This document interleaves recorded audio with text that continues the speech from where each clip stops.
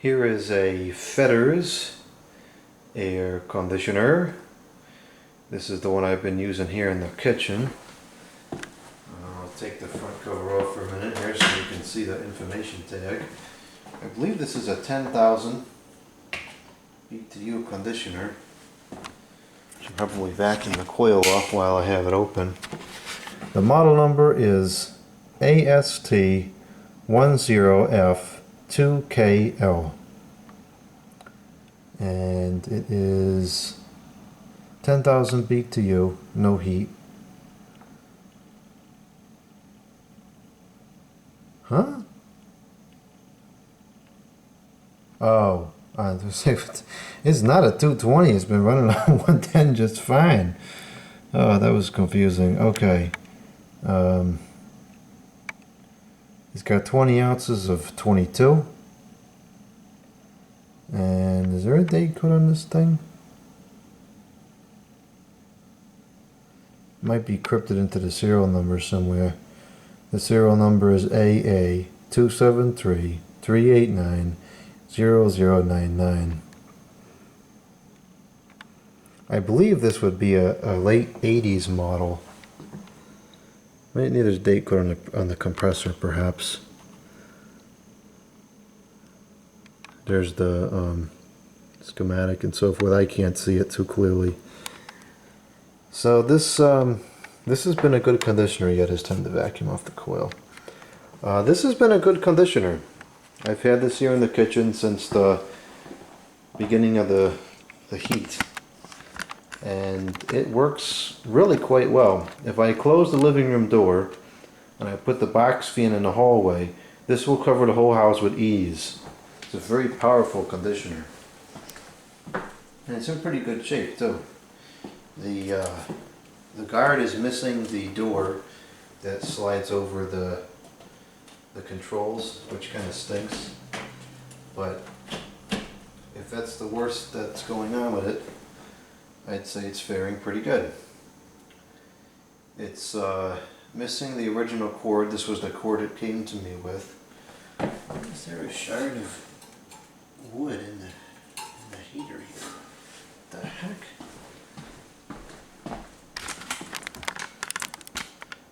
Oh, I'll have to get that out later. Anyways, it came with this cord. The person I bought this from was flaky. It was actually the only flaky encounter I've had on Blogface Marketplace. Allegedly this was like checked out by a technician or whatever. I think it was just never used. That's my speculation.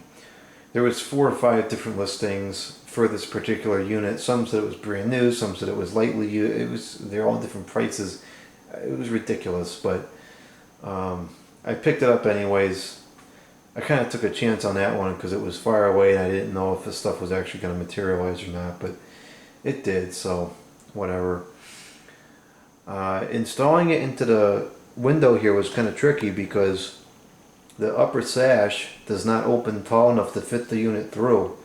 So what I ended up doing was I took the upper sash out, I put the unit in, and I pushed the, or actually, excuse me, that's incorrect. The lower sash does not open enough to fit it in.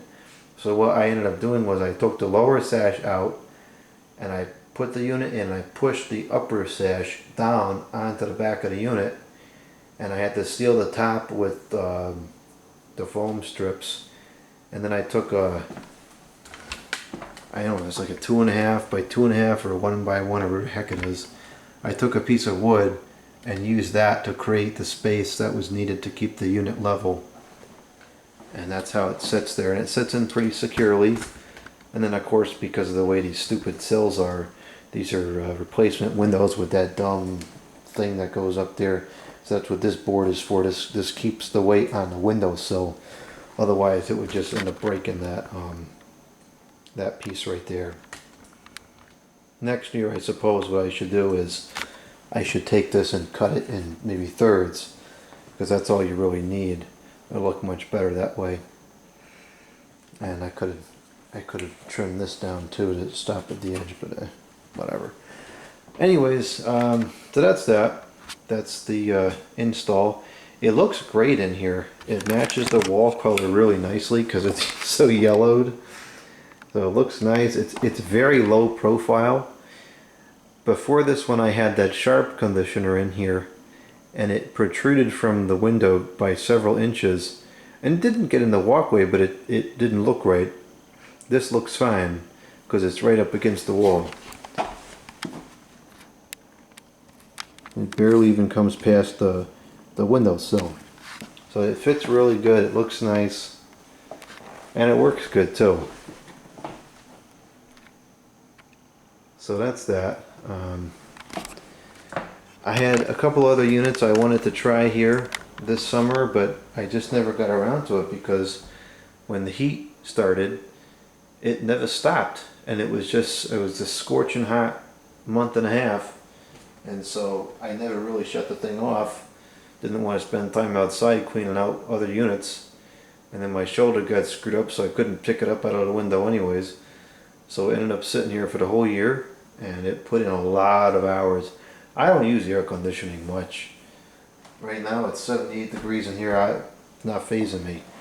But this year it ran almost every single day in the month of July, and it's run about half of the days of August. We're in August 27th today, at least that's the time this is being filmed. And the cooling season is pretty much over in September. September can be a hit or miss in terms of weather. Sometimes it's hot, sometimes it's cold. Last year it stayed warm for a while. Hopefully they'll do the same thing this year, because the stinking heat was running until June 26th. If I gotta turn the heat on in September, I'm not gonna be happy, but I'll do it. I'm not gonna be happy though. Anyways, let's go ahead and turn this conditioner on. I have the kilowatt meter here just because it's convenient to plug it in there. This is on a 20 amp outlet, although it doesn't really require that. I don't think it pulls more than 10 amps, but we'll find out. And we got a temperature check here as well. Do a temperature check.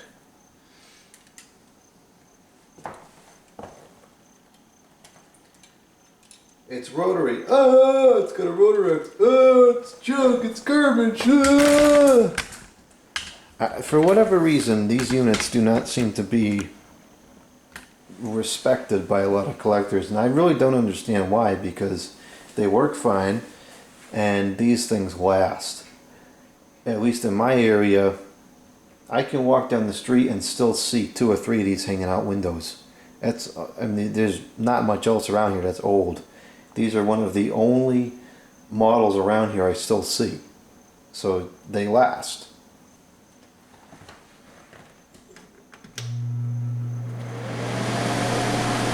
It's high fan setting. It is out of balance a little bit. Actually, you can feel the whole window still shaking here. It's been running like that because I haven't been able to take it out to try to balance it. On low it seems fine in terms of the balance, so the balance can't be that far off. On low it doesn't shake at all. But before this goes back in next year, if I decide to use this in this location, it will definitely need to be balanced, because it's not good to have the whole thing shaking like that. Alright, turn this off. Okay, it's actually so hot in here it won't even go off.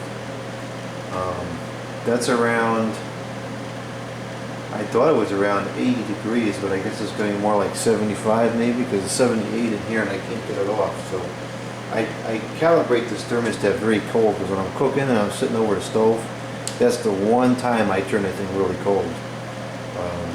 And it will take it into the 60s, no problem.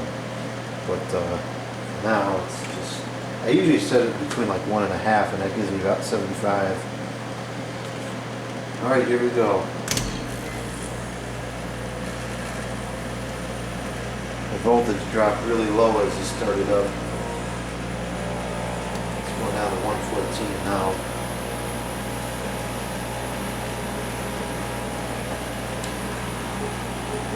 I had it on earlier today, so this should charge up pretty quickly.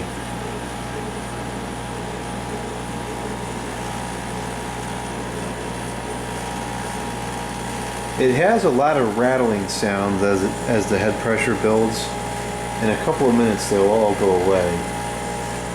Or something could also be a bit off kilter because I took the cover off. The plastic is brittle and so it's very noisy.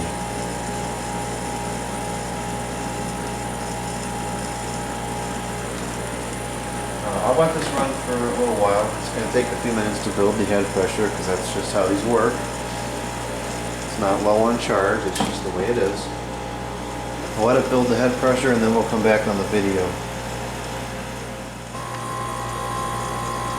The machine has been running for maybe 10 or 15 minutes now. And it seems to have stabilized around 53 degrees.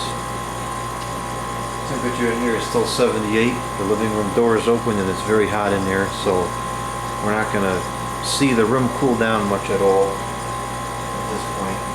So it's still 78 degrees in here, so our delta is pretty good. 78 in, 53 out. Let's take a look at the power information. The voltage is down to 114 volts. And the voltage drops pretty quick in this house. I don't know. I think we need to do some more electrical revamping around here. Amperage is 9.2 amps. Wattage is 1000 watts. 1001. 1000 watts on the nose. And the power factor is 0.94, which is pretty decent. So for 9 amps, the whole house is cooled sans the living room. That's pretty good. Not a lot of power to cool the whole house. Certainly would take a lot more if you was running a central system.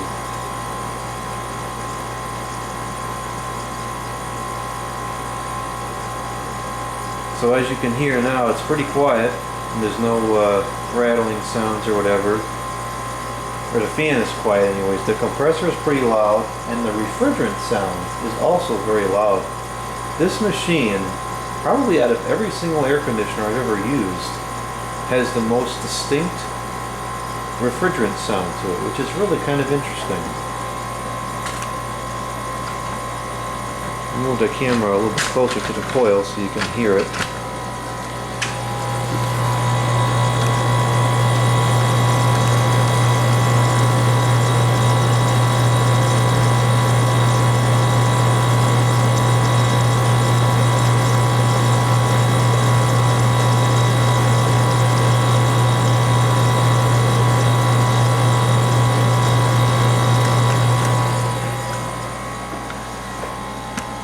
I don't like noisy appliances, I like quiet appliances. This one, even though it is a bit on the noisy side, doesn't bother me at all. I like the sound of the compressor, I like the sound of the refrigerant. Neither of those bother me, and the fan is quiet. It's really the fan noise that bothers me, and the fan on this one is very quiet. It's almost inaudible over the compressor. And on high, the fan noise does become prominent and the compressor noise fades away. I'm not sure if that's just because the sound of the fan masks the sound of the compressor, or if the compressor becomes quieter because the head pressure goes down. It's probably a combination of both. It's throwing out some pretty good air. This is a powerful conditioner.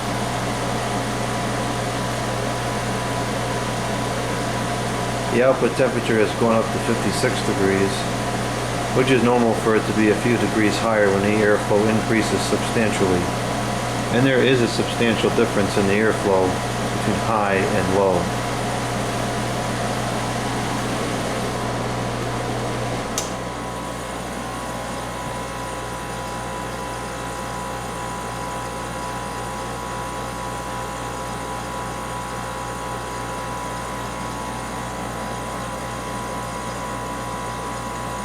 Now let's take a look at the power information.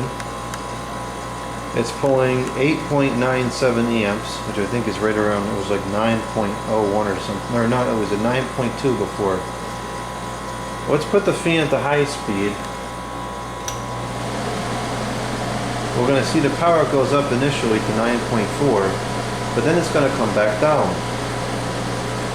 And the reason why it come back down is because the head pressure is going down as the fan runs faster. And we might find that the power, especially on a day that's very hot, will actually go lower than what it does on low speed because the head pressure is going down. I believe before it was 9.19 amps on low. It's at 9.23. 9.22. But so you can see here that the difference between running the fan on high and low is pretty much negligible in terms of power draw. As of right now, it's drawing 0.03 or 0.04 more amps than it was before, which is nothing. Yeah, it's going to throw off more cooling because the fan's running faster, and the head pressure is much lower, which is better for the machine. So in theory, window units like this should really always be run on high, unless it's very cool out. Tonight it's 75 out, no, it's 73 out. That's not too bad. I like to get it into the 60s outside before I turn them to low. Usually if it's that cold out, all you're doing is just taking the moisture out. Now if I turn the fan back to low, we'll see that the power initially goes down because the fan's pulling less power, but the compressor is going to start pulling more as the head pressure builds. And you can see it's building pretty quickly. And you can hear the change in the sound of the compressor as well. It definitely sounds better when it's on high.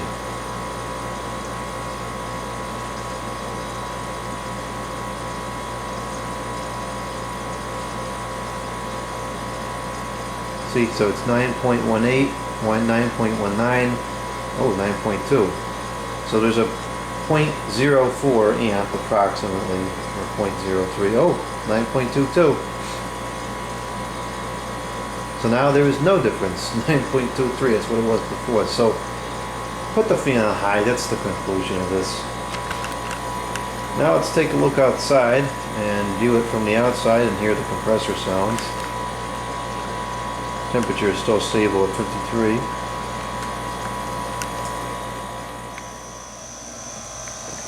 I should have started filming this a little bit earlier in the day. Now all the bugs have started to make their sounds, and it's not going to be as easy to hear the compressor. Now it's removing a good amount of moisture from the air. And I have it collecting into this bucket here. This will fill up if I run it all day. It'll fill up by the end of the day. The airflow that comes out of this condenser is absolutely remarkable. You probably hear it on the camera, it's so strong. And it runs very cool. The last couple of rungs are almost ambient temperature. Only the first couple, maybe 3 or 4 that are really hot, and then it already starts to cool down significantly. I suspect that's one of the reasons why these lasted so long, is because the condensers keep the head pressure under control. Some of the condensers they weren't designed right, and they run real hot. But these were designed pretty well. I like the design of these overall. They're pretty easy to clean and service as well. The Fetters logo is pretty much brand new. Still got a shine to it. And it should stay that way. It doesn't see the elements too much because it's under the overhang here. Even when it's raining, it still stays pretty dry. Hopefully it's still light enough to get a shot of the information tag.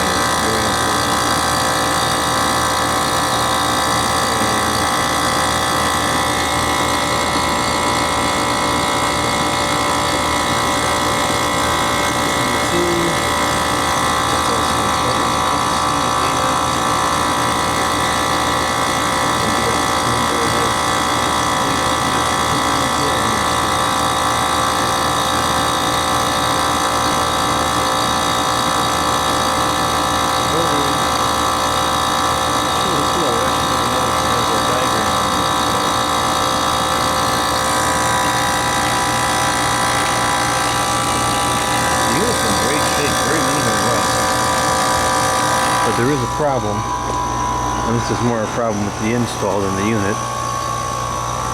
There is water pooling inside, because I guess the unit must be tilted ever so slightly to the right, or I guess the windowsill is, because I tried to move the post over to the right so that the left would go down and it didn't. So I guess the windowsill is not straight. There's a surprise. But yeah, at least it's not building up too bad. It is coming out, but I definitely need to fix that before this is used again as well. I can still feel the condenser strong all the way over here, and it's only on low fan.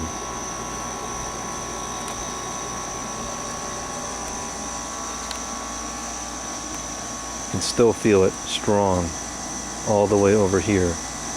That's crazy. Still can feel it. I'm at least 12 feet away from it now.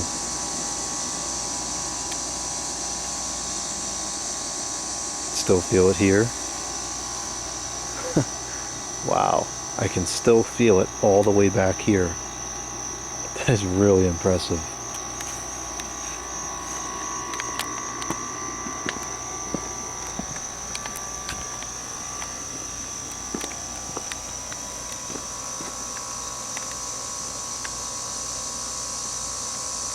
It really fills the front yard with the sound. You can hear it all over the yard.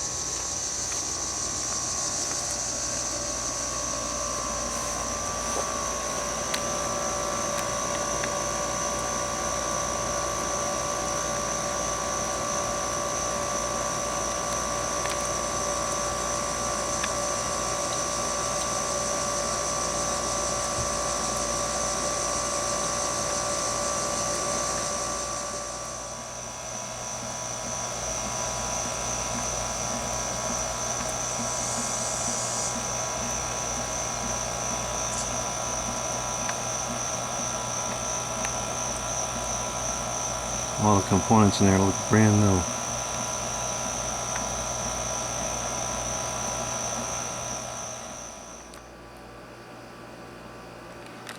You can really hear it throughout the house too.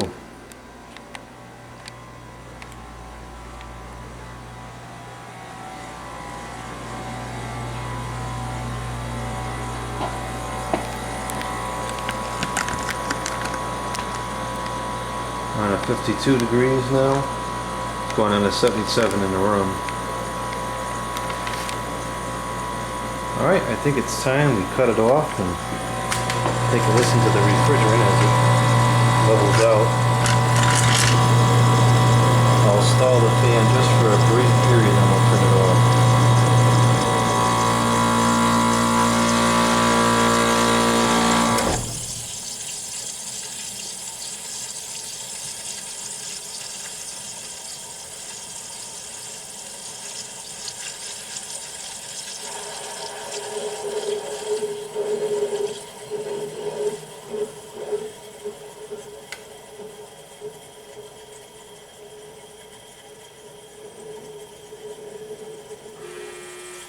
Oh, for heaven's sakes.